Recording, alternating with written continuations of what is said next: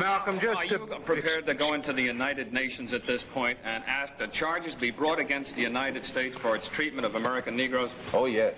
Oh, yes, please. I think you're right in my chair. The audience will have to be quiet.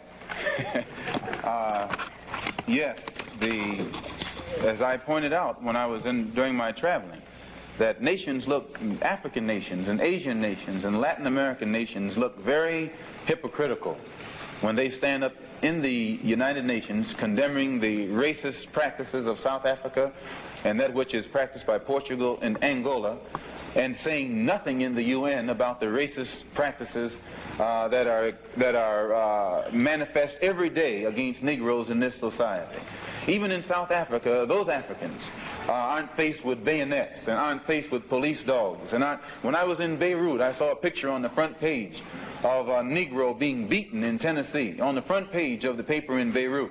When I got to Cairo, I saw the same picture of a Negro being beaten in Tennessee. When I got to Lagos, I saw the same picture. So were these African nations, knowing the brutality that is inflicted upon black people in this country, simply because those black people are trying to get what the Supreme Court said they were supposed to have 10 years ago, I would be not a man. If I was in a position to bring it in front of the United Nations and didn't do so, I wouldn't be a man. Malcolm, do you intend to lead the charge in the United Nations? Well, I find that to say you're going to lead something creates a lot of hostility, division, jealousy, and envy. I hope to work with any group of leaders or any group of organizations to do whatever is necessary to see that this problem is brought before the United Nations. Have you had any commitments from any nations in Africa to support you in such a move? I would rather not say at this time. But one thing I found in my travels, all of them look upon us as their long-lost brother. You realize the implication is that you have had such commitments when you say... This is your interpretation of what I said. One thing that I found in all of my travels was that all of the Africans, not only Africans but the Asians and the Muslims, look upon us as their long-lost brothers. And America had actually tricked many of them into a hands-off policy by giving them the impression that she was honestly trying to do something to solve the problem.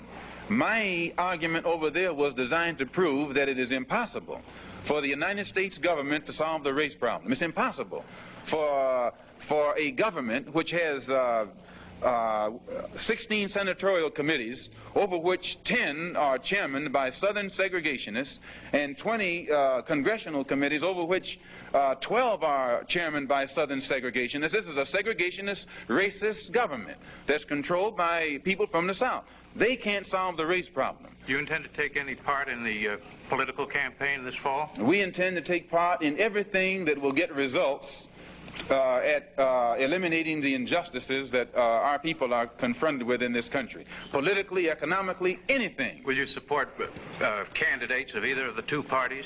We'd rather not say at this time. Are you prepared to work with some of the leaders of the other civil rights organizations? Certainly. Certainly. We will work with any groups, organizations, or leaders in any way, as long as it's genuinely designed to get results. And any action on the civil rights bill, how will this affect the direction of your movement? Any action on the civil rights bill?